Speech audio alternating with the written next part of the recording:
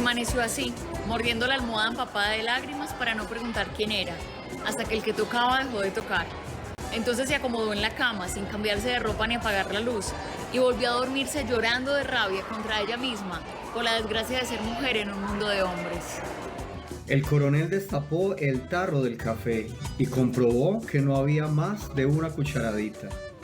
Retiró la olla del fogón, vertió la mitad del agua en el piso de tierra y con un cuchillo raspó el interior del tarro sobre la olla hasta cuando se desprendieron las últimas raspaduras del polvo de café revueltas con óxido de lata.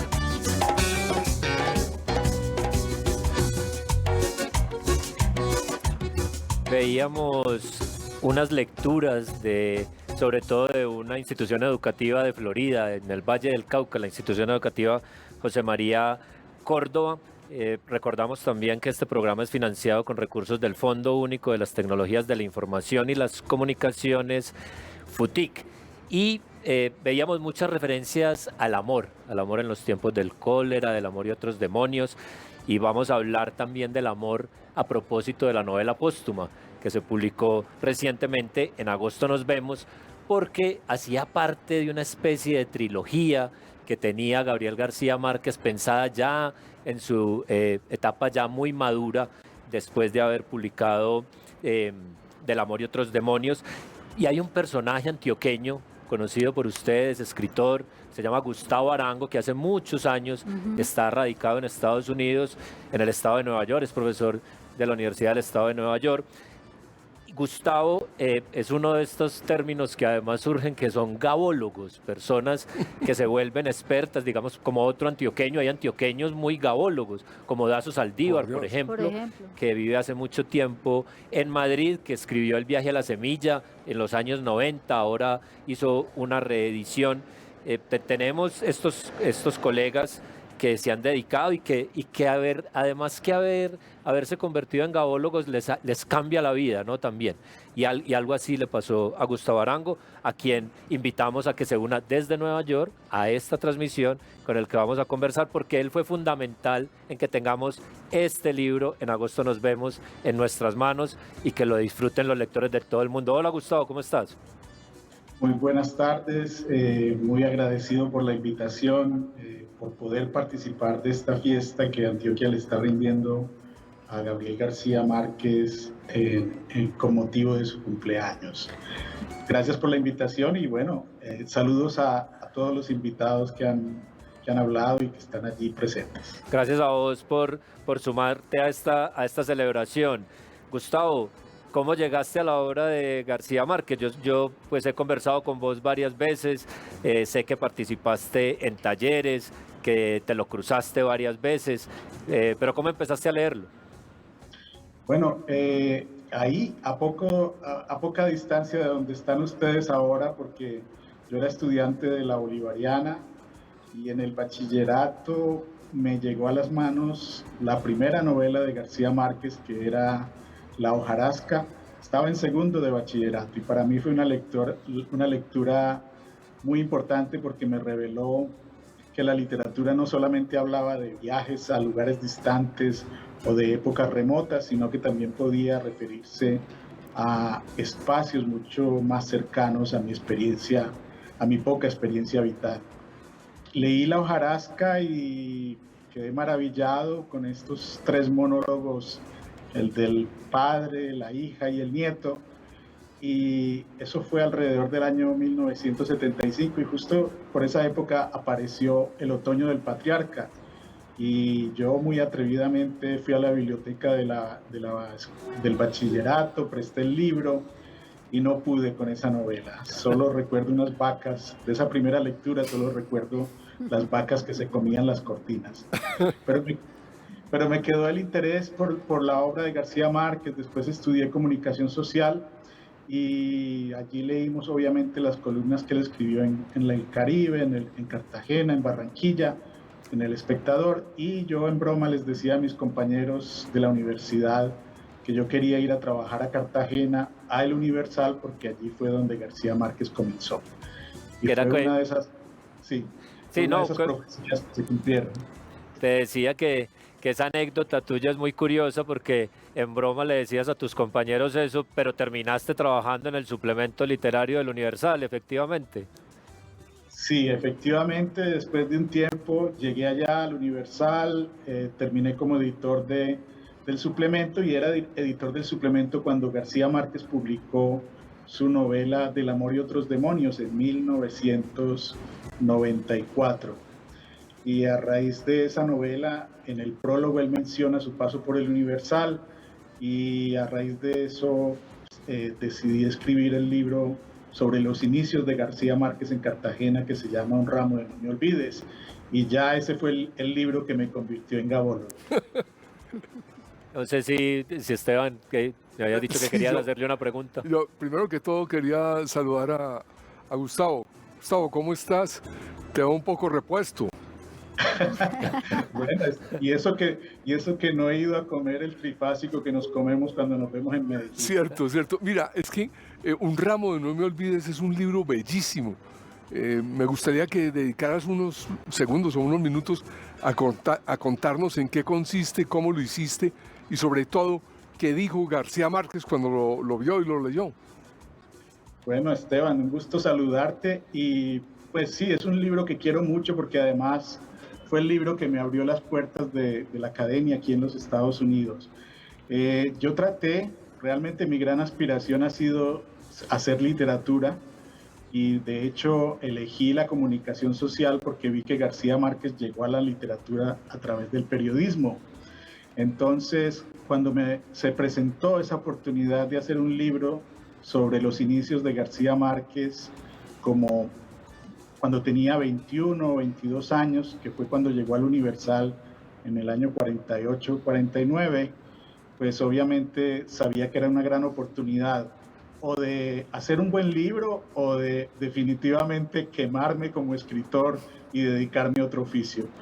Por suerte creo que las cosas no salieron tan mal. Traté de hacer lo que hoy en día se conoce como novela de la realidad, es decir, una novela de no ficción. Y recogí muchas historias, muchas anécdotas de los amigos de García Márquez, hice un trabajo de archivo muy detallado y la suerte es que el libro le gustó al biografiado, porque en el año 97 tuve la oportunidad de ir a un taller de narración periodística en Barranquilla con él y allí pues lo recomendó, les dijo a los periodistas que estaban asistiendo que yo tenía una versión mejor que la suya y que sabía de su vida más que él. Así que creo que pasé la prueba. Y ese fue el inicio, Gustavo, que te llevaría, como diría Gabo, muchos años después a encontrar En agosto nos vemos, ¿no? Fuiste reacio un poco con el paso del tiempo a que te consideraran gabólogo, quisiste desmarcarte un poco, pero luego ese archivo de Gabo, que todos sabemos que luego de su muerte fue a dar a la Universidad de Texas, te quedaba cerca, digamos, y la tentación era muy grande de no ir a conocerlo, me imagino, ¿no?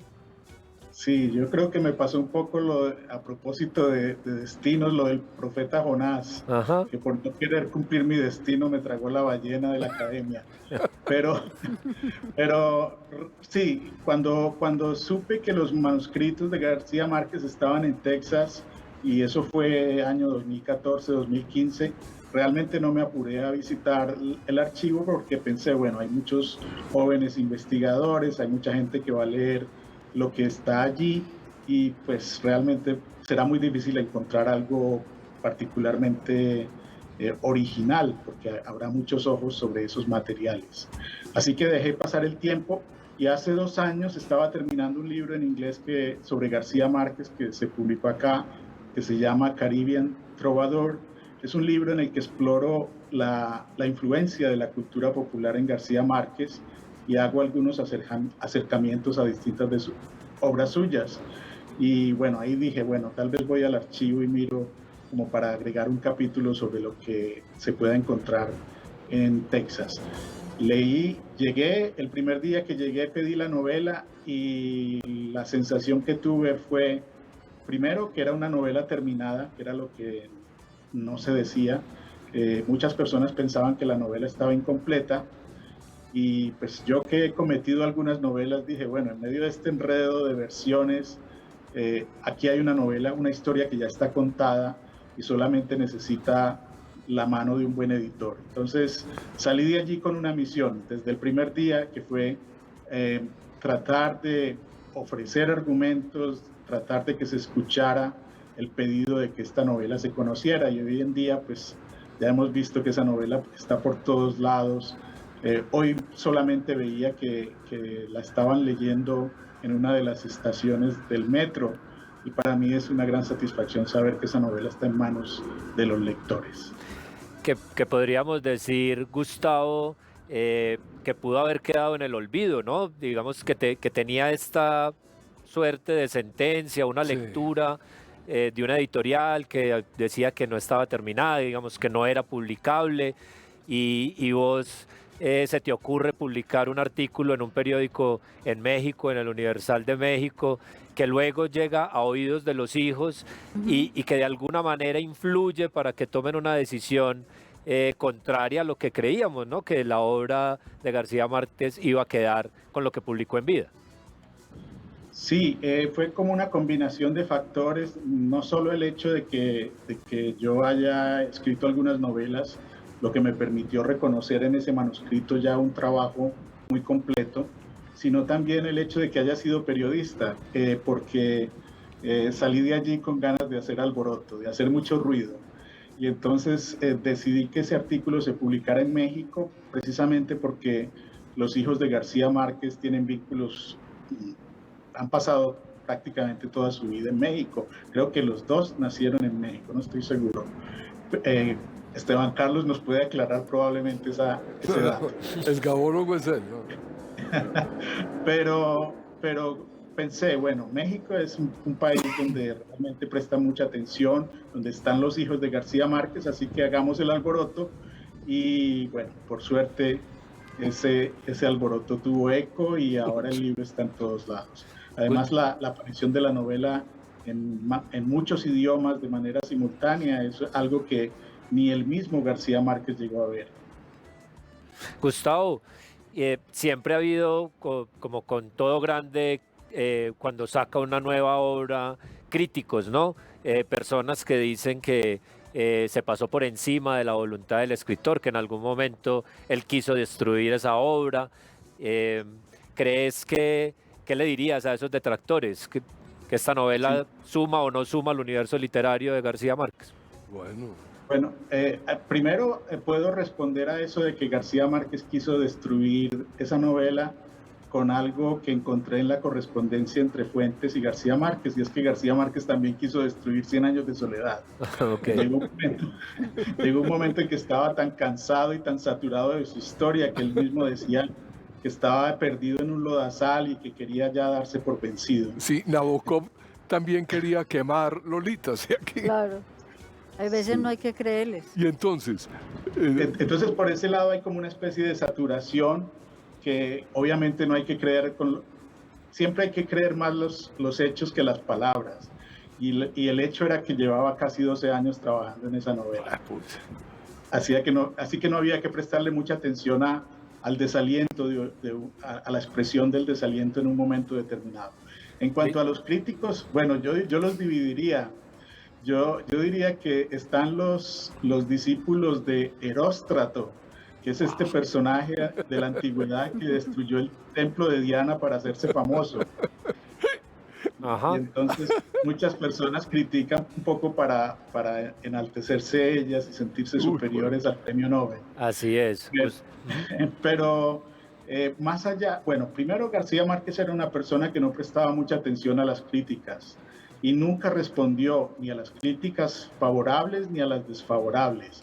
Así que él siempre supo muy bien que cualquier obra necesariamente va a tener críticas positivas y negativas, y eso no lo habría alterado demasiado.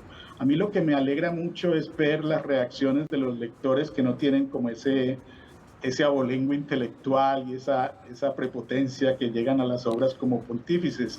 El lector común creo que está disfrutando muchísimo de esta novela. Así es. Gustavo, y precisamente para que sigamos disfrutando de las lecturas de Gabriel García Márquez, te queremos dar las gracias por acompañarnos y también por tu papel para que tengamos hoy, en agosto nos vemos con nosotros. Vamos ahora a ver el BTR, bueno, este video que nos preparó el periodista Diego Londoño de la lectura del Coronel no tiene quien le escriba en el metro de Medellín que mencionaba Gustavo Arango hace un momento.